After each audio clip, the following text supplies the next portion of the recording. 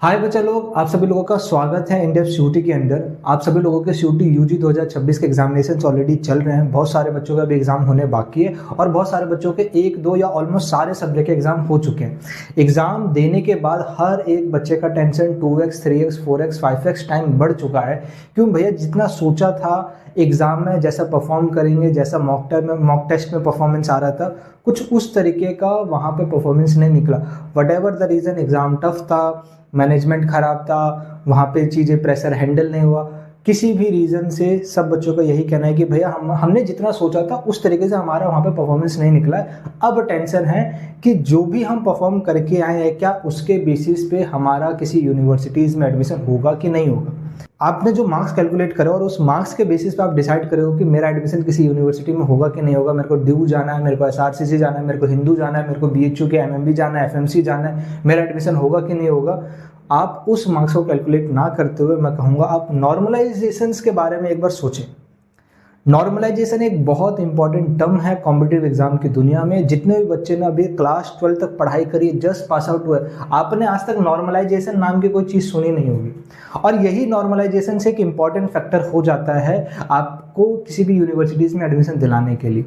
Normalisation basically है क्या? मान लीजिए आप किसी पेपर देने गए हैं और आपने किसी सब्जेक्ट में 250 में से ऑलमोस्ट 200 के करीब करीब स्कोर करा है एंड घर पे आप क्या कैलकुलेट करें कि भाई 200 नंबर आ रहा है। अब इस 200 नंबर के बेसिस पे आप मेरे को बताओ कि इस कोर्स में मेरे को एडमिशन मिलेगा कि नहीं मिलेगा। या ऑलमोस्ट अगर मैं बोलूँ कि लगभग 1000 का आपने पेपर करा है और उसमें से मेरे बन रहे लगभग 850, क्या भैया मेरे को 850 में एडमिशन मिलेगा कि नहीं मिलेगा?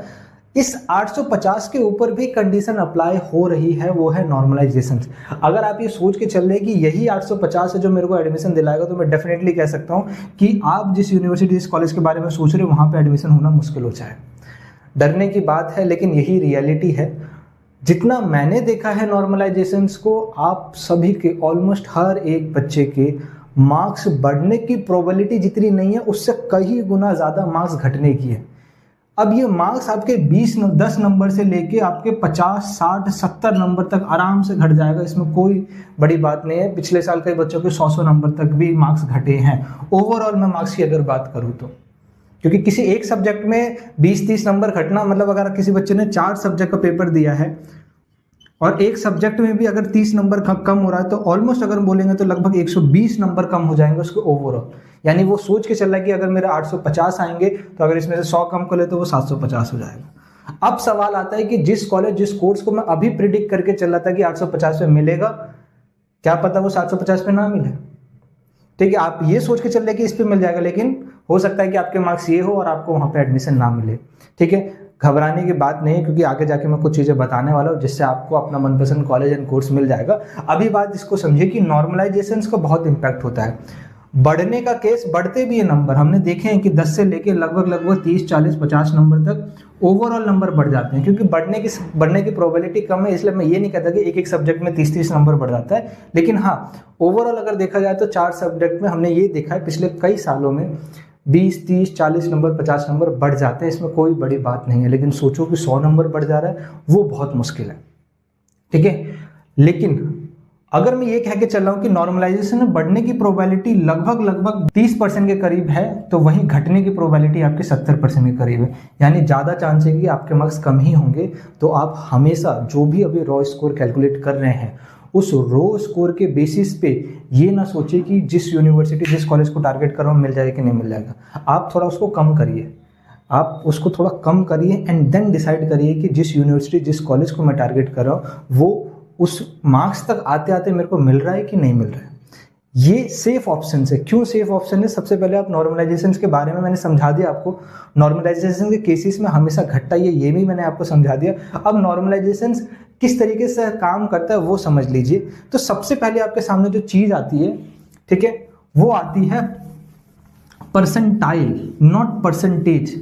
परसेंटाइल और परसेंटेज में बहुत बड़ा डिफरेंस होता है। देखिए, परसेंटेज आपकी ये बताता है कि आपके लगभग 1000 नंबर में से 800 नंबर बन रहे हैं, तो मैं ये कह सकता हूँ कि आपका 80% रिजल्ट आया।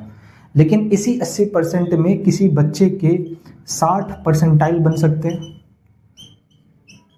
और वहीं किसी बच्चे के 90 परसेंटाइल भी बन सकते हैं। ठीक है। तो ये दोनों केसेस चल सकता है, यही 80% में किसी के लिए 60 परसेंटाइल है, यही 80% में किसी के लिए 90 परसेंटाइल है। यानी परसेंटाइल का मतलब परसेंटेज पे तो बिल्कुल डिपेंड नहीं करता। और यही फर्क आएगा कि आपको लगेगा कि किसी बच्चे की बहुत ज़्यादा परसेंटाइल आई है लेकिन उसका एडमिशन नहीं हो रहा है, लेकिन किसी बच्चे के कम परसेंटाइल है उसका एडमिशन हो गया।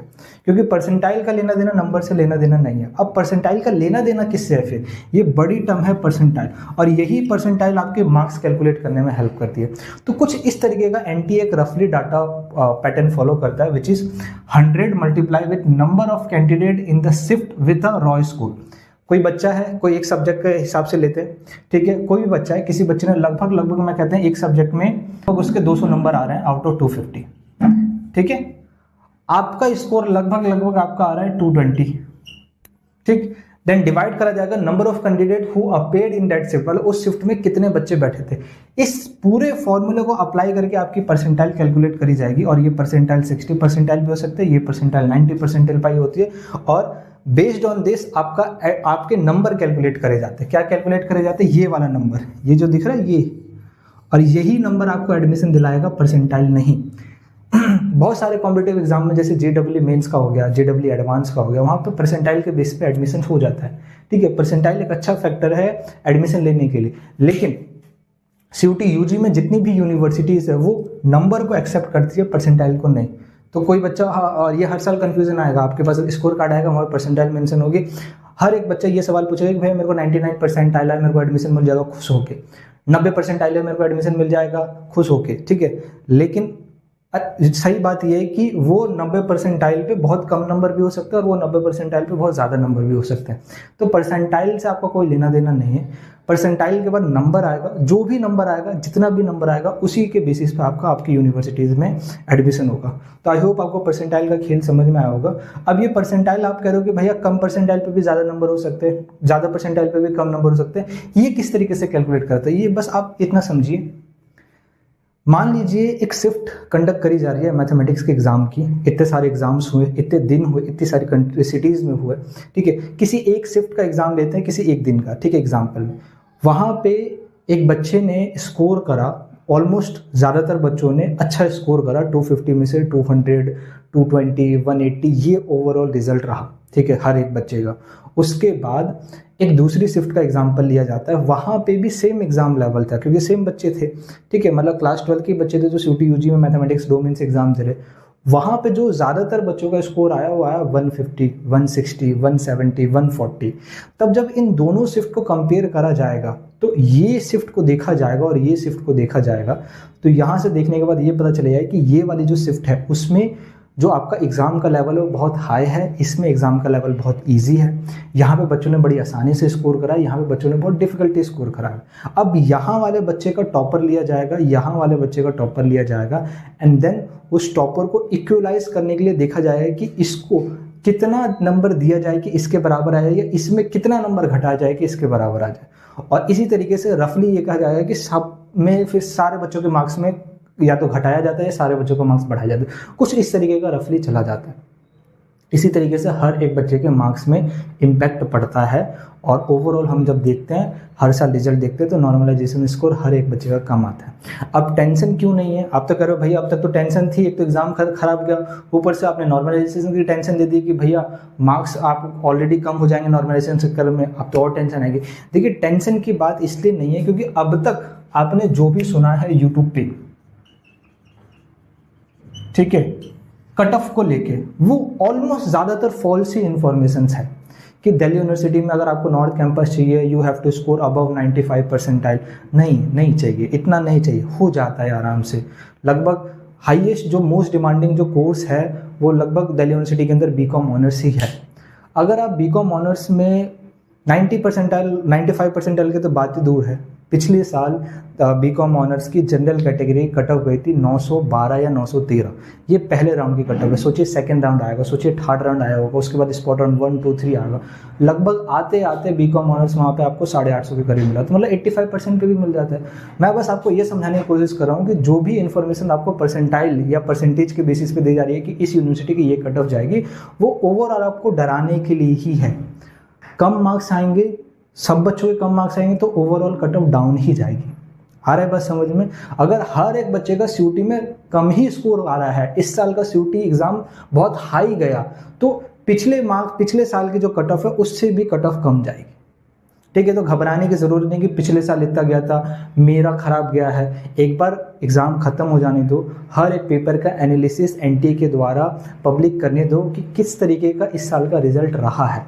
अगर इस साल जो हर साल होता है, हम देखते हैं कि हर साल सीयूटी क्या नाम है अपने टफनेस को इंक्रीज करता जा रहा है। अगर इस साल भी टफनेस इंक्रीज हुआ तो पिछले साल के कंपैरिजन में भी कट ऑफ कम जाएगी, क्योंकि पिछले साल की कट ऑफ उसके पिछले साल के कंपैरिजन में कम गई थी। ठीक है, सब लोगों ने उस कट ऑफ को स्टैंडर्ड मान के इस साल पिछले साल की कट ऑफ बताई थी, लेकिन उससे भी कम में एडमिशन हुआ था। तो एडमिशन हो जाएगा, बस आपको ये पता होना चाहिए कि सही से इन्फॉर्मेशन कट ऑफ की कहाँ मिल रही है। आने वाले टाइम पे मैं आपको हर एक यूनिवर्सिटीज़ की हर एक कोर्सेज के कट ऑफ बता दूंगा। आप अपने कमेंट बॉक्स में ज़रूर बताइए कि आप किस यूनिवर्सिटी को टारगेट कर रहे हैं, किस कोर्स को टारगेट कर रहे हैं, कौन सी कैटेगरी है, कौन सा रॉ स्कोर है, उसकी कट ऑफ क्या जाएगी, आप वो मेरे से पूछ लीजिए। ये 5 सवाल का जवाब, ये मतलब आप ये 4 सवाल भेजिए, 5वां हम आपको रिप्लाई कर देंगे। कमेंट बॉक्स ओपन है, कमेंट करिएगा। अगर आपको डिटेल हर एक कोर्सेज की, हर एक राउंड की, हर एक यूनिवर्सिटीज़ की कट ऑफ लिस्ट चाहिए, आप बता दीजिए कि भैया मिनिमम से मिनिमम कितने मार्क्स का एडमिशन हो सकता है, हम कब तक वेट कर सकते हैं कि उस यूनिवर्सिटी में मेरा एडमिशन हो जाएगा, कितने लोएस्ट मार्क्स में मेरा एडमिशन हो जाएगा, वो बता दो, ताकि मन में क्लियरिटी हो जाए कि मैं ड्यू को टारगेट कर रहा हूँ तो मेरे को ड्यू मिलेगा कि नहीं मिलेगा। अगर नहीं मिलेगा तो मैं अभी से बैकअप तैयार रखूँ। ठीक है, और अगर मिल जाएगा तो मेरे को बाकी जगह पैसे बर्बाद करने की ज़रूरत ही क्या है।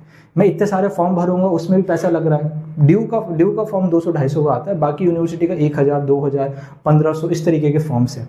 ठीक है, आई होप आपको चीज़ें समझ में आई होगी, कुछ आपको इन्फॉर्मेशन मिली होगी।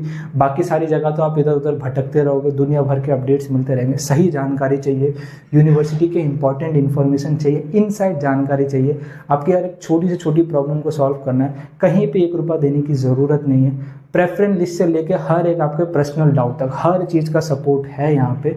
आपको बस डिस्क्रिप्शन में आपको व्हाट्सएप चैनल मिल जाएगा, ज्वाइन रखना है, ताकि कोई इंपॉर्टेंट लिंक्स मैं वहाँ शेयर कर सकूँ, कट ऑफ लिस्ट शेयर कर सकूँ। ठीक है, मेरिट लिस्ट के अपडेट दे सकूँ। आपके पास टेलीग्राम ग्रुप है, 24 घंटे ओपन है, टेलीग्राम पर कोई भी मैसेज करो रिप्लाई मिलता है। ठीक है, आपके पास इंस्टाग्राम है। ठीक है, अगर इंस्टाग्राम चलाते हो इंस्टाग्राम पे पर्सनल मैसेज कर दो। ग्रुप में टेलीग्राम पे मैसेज नहीं कर सकते, इंस्टाग्राम पे पर्सनल तो कर सकते हो। कोई भी पर्सनल डाउट आप इंस्टाग्राम पे मैसेज करो, वहाँ पे रिप्लाई मिल जाएगा। कमेंट बॉक्स ओपन, कमेंट ही है, मतलब कमेंट आपके लिए ओपन है, वहाँ पे आप कोई भी क्वेश्चन पूछ सकते हैं। चैनल पे पहली बार आए सब्सक्राइब रख लो, बेल आइकन हिट रख लो।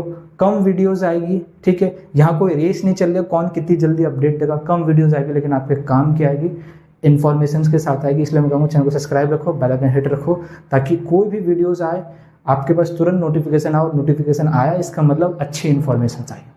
मिलेंगे कोई और नई वीडियो में, कोई और नई जानकारी के साथ। तब तक के लिए स्वस्थ रहे, मस्त रहे, ज़्यादा टेंशन लेने की जरूरत नहीं, हो जाएगा एडमिशन। जय हिंद।